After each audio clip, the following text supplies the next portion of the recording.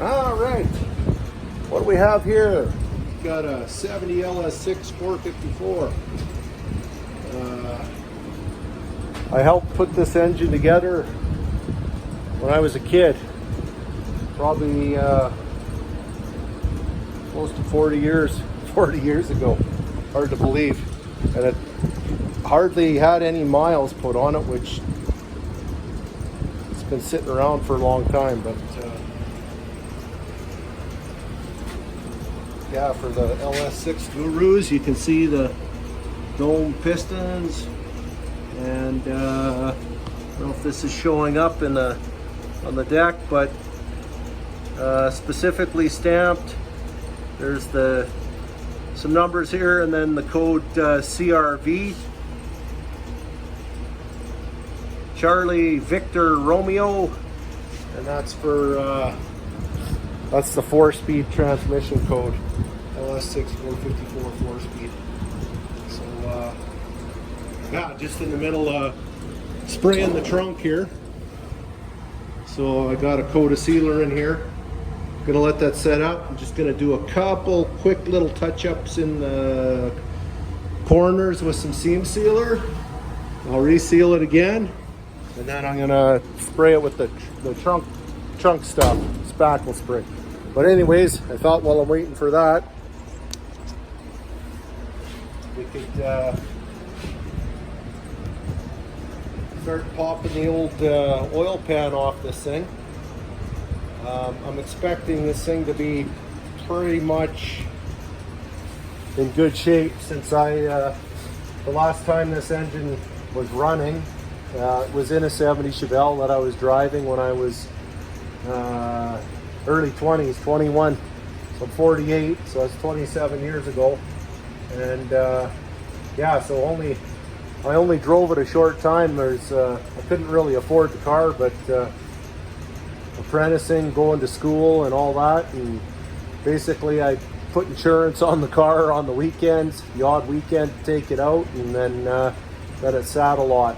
But anyways, grab the old speed handle here, and I'm gonna start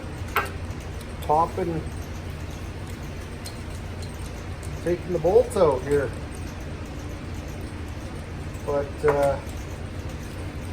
yeah, this is gonna be this one should be a real clean, easy,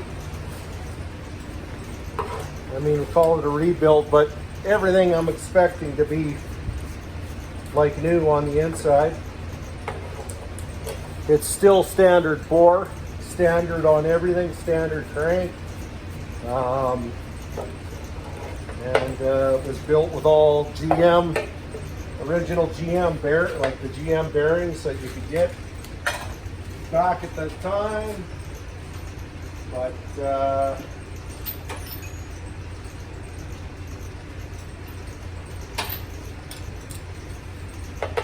yeah,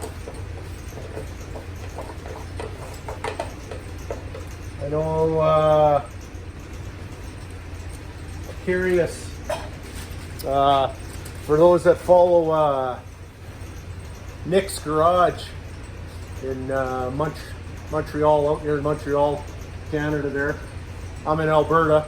He's out east, a lot farther east, and quite a ways east from where I'm at. But anyways, I'm curious to see that build, because he's doing a rebuild on a 70 LS-6 right now, and he's going to dyno test it. So I'm really curious to see the numbers, because it's going to be a stock rebuild. So I'm really curious. I mean, I know these people going, oh, these things made 500 horse, they made this. Well, no, they didn't. But they made good horsepower for the day, the time they were in, but they didn't make 500 horse. Certainly not how they came out of the factory. But then again, everybody has 500 horse till they get their time slip at the track.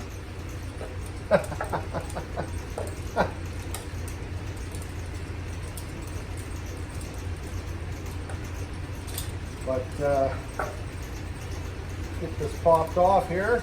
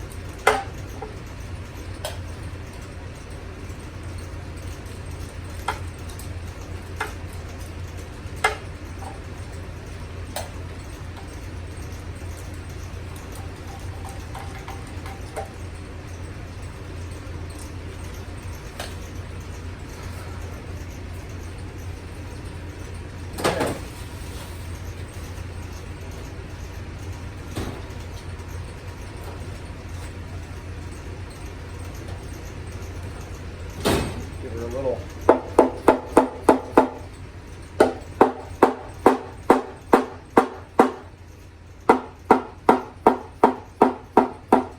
Don't want to dent it up.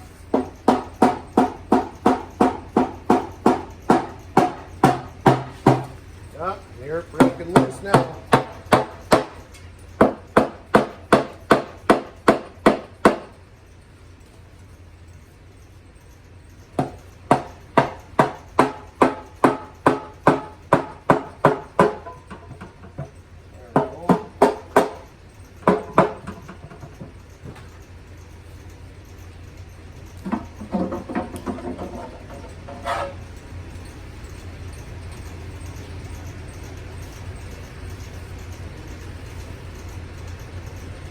Pretty clean inside. They say it's been sitting for a long time. And right from the get-go, you'll notice that the LS-6 it's got a windage tray, and you can clearly see that it's 4-bolt mains. And the other deal, it's got 7/16 rod bolts instead of 3/8. So this has got the big. I mean, you can see the crosshatch down in there. I mean, realistically, yeah, like I say, this I helped my dad put this engine together years ago.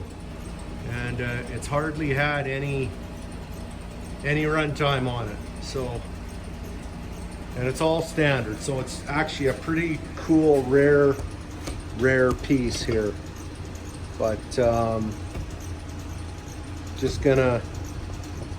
That's about it. Just a quick one. Quick one today. But because of how long it's been sitting, I'm gonna take it all apart, clean it up really good, and just give it a quick hone, and we'll have a look at the bearings. And like I say, I'm expecting them to look like new, and if they look like what I think they're gonna look like, they'll be going back in. So yeah. That is about that. I'm not sure what else. What else can I show you? Oh, I know what else I can show you.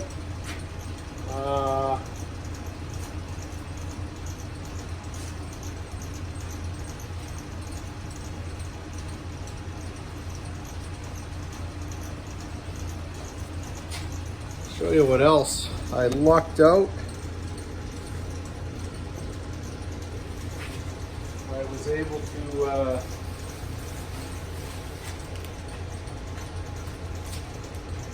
show you here. So here's a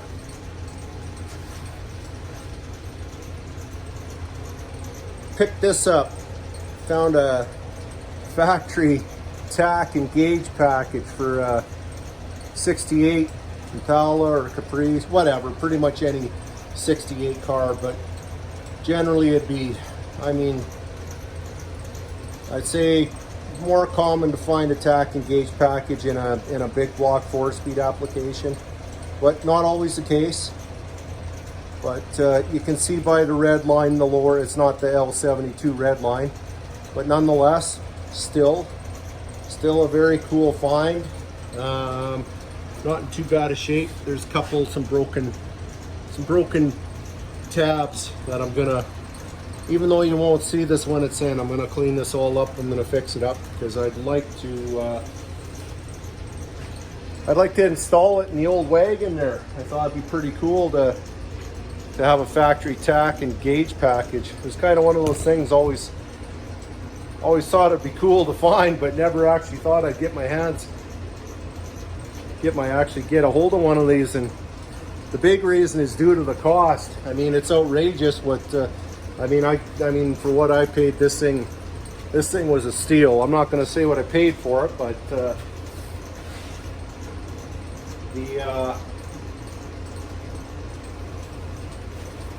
Yeah, it's crazy what some of the stuff, the prices guys are asking for this. I get it, it's, you know, it's harder to come by than that, but still, to do the change right, you'd want to change the harness, the under dash harness, because it's all electronic grid. It's not just a separate wire deal. There's why I can show you on the back there. So, I mean, yeah, I could trace down wires and splice and get it to work, but I'd like to. I got such a good deal on this. I think I'll wait and I'll buy a harness. Or if one of my viewers is watching this and they happen to have a harness for one of those, let me know. Maybe we can work a deal. That would be something. But anyways, yeah, that is about it. Just a quick one today.